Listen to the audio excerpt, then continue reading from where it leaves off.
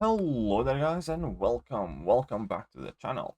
And today we're going to talk about a thing that I did earlier today and you guys can see happening right now in front of you on the screen. That's right, I took my Mallman app to rank 2. There are several reasons for that, and there's also a reason why I haven't taken him all the way up to rank 3, because I do have all the materials and the catalysts needed. Before we get any further into today's video, I wanted to say that I do think overall that Kingpin also received a quite solid buff. And I by no means think he's bad champion. At all.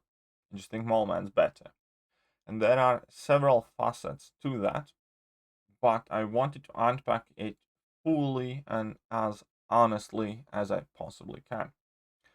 And my reasons for preferring Mallman over Kingpin.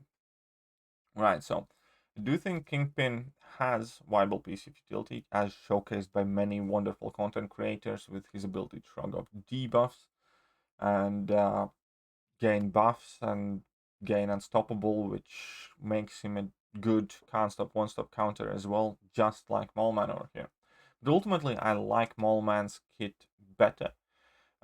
Starting with the shock immunity, which is, I believe, one of the rarest immunities in the game, and then carrying on with guaranteed crits, and the guaranteed crits have the ability to bypass physical resistance, which is quite a big deal. Also, his ability to inflict shock and inflict bleeds might not always be the best for the damage, but the beauty of it is that if you need him for specific utility and not just damage, then his guaranteed crits still are able to provide big enough damage by themselves. And then if you can bleed, then his damage goes from, let's say, good enough to being fantastic. Which Kingpin doesn't quite have that ability. His damage is more so centered and focused on his physical damage. And yes, he has that ISO degen on level 1, but it's nowhere near as potent overall as Mallman can be. But again, there are ups and downs to both of the champions.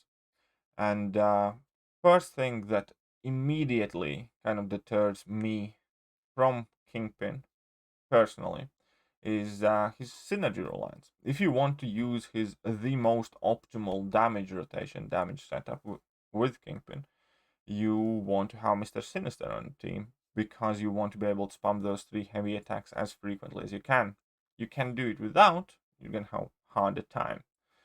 But probably most importantly, you definitely do need that hood synergy to have that guaranteed ability to shrug off the debuffs. And that is where I start drawing a lot of problems.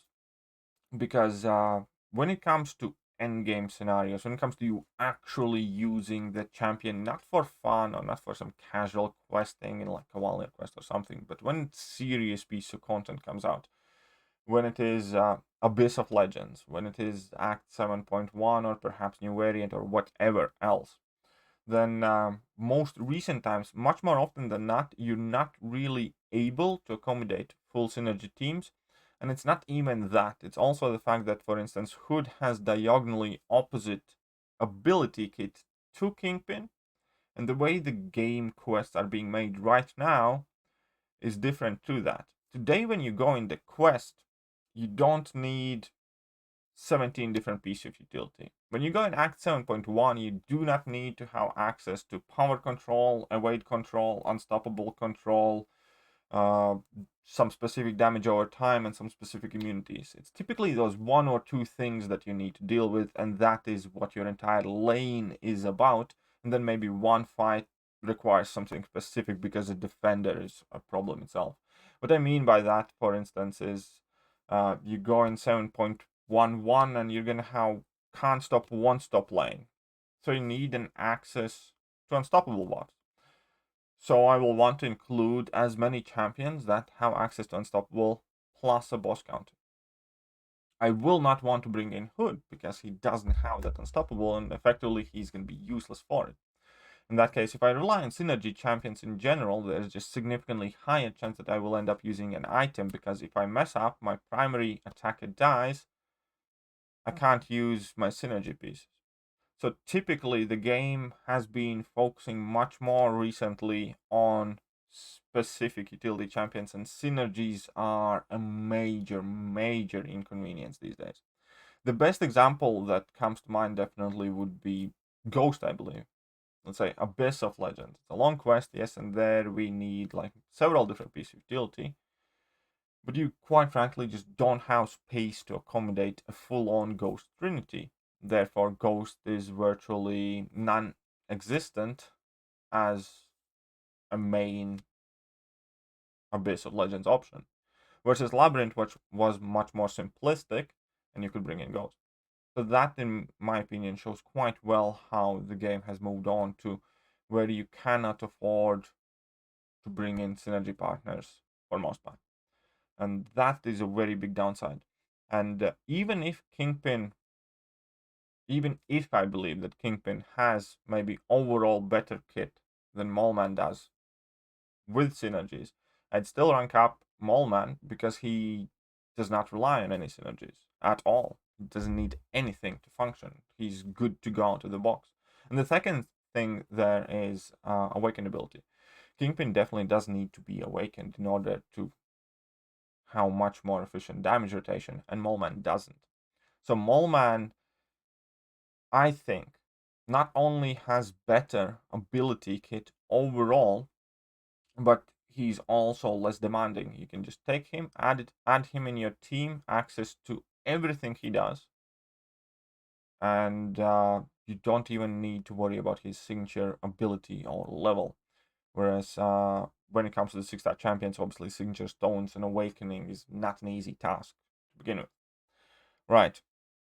And then we can trade blows with what Kingpin is better for and what Mallman would be better for. And as I said before, ultimately I do prefer Mallman's kit over Kingpin's kit myself. And one of the main facets of that would be as well that, well, he does have higher damage output for sure than Kingpin does, but also the fact that his damage output, in this case, it can be a weakness, but it also can be a strength, that it doesn't come from one source of damage primarily. Mallman has guaranteed crits, and those aren't the highest crits, but they bypass physical resistances very well, and many different abilities. So that's a great thing, first of all, against a champion who doesn't crit as often. Then the fact that he still has a lot of damage on his bleeds, but thanks to his crits, even if the opponent is bleed immune, yes, his damage output drops from being very good to being about good enough. He still is relatively hard hitting champion, even if he cannot shock or bleed the opponent. Versus Kingpin doesn't quite have that in his kit. And as I mentioned, sometimes it's a good thing. Again, like if Mallman goes against bleed immune champion, Kingpin will ultimately have higher damage output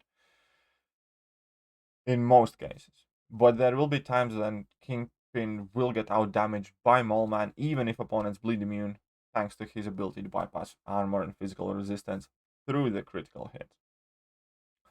So again, I do personally believe that Mallman and Kingpin are relatively comparable when it comes to their buff wise.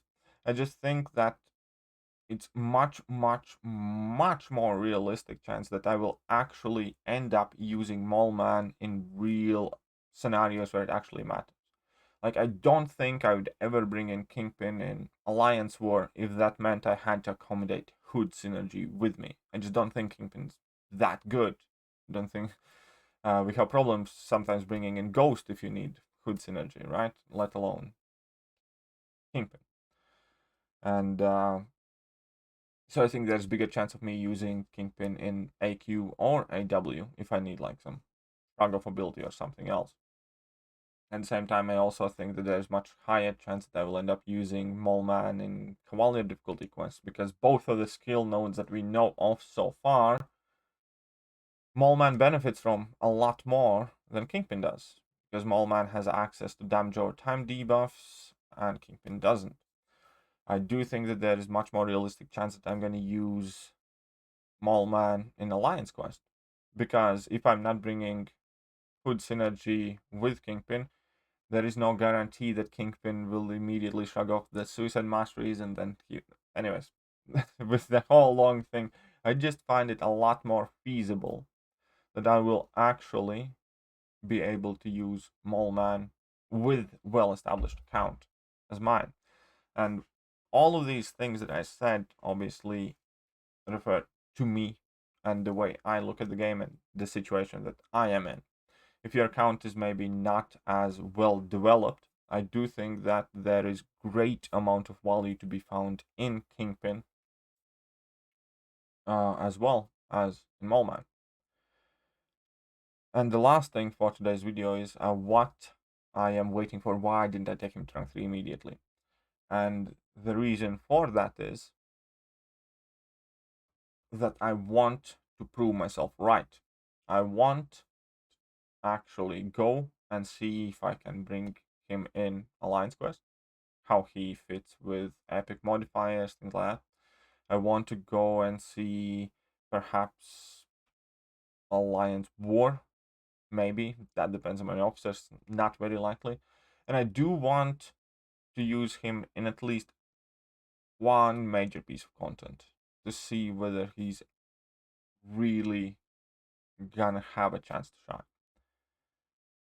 And yeah, then we can see whether I feel strongly enough about him. But so far, it definitely does look quite good for little Mole Man over here.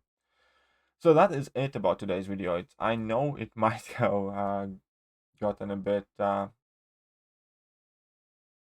don't know, long. But let me know what you guys think. Which one you prefer more, Kingpin or Mole Man, and the reasons why. But ultimately, I tried my best to explain why I prefer Mole Man. And that will do for today, and I'm gonna catch you guys soon. See ya.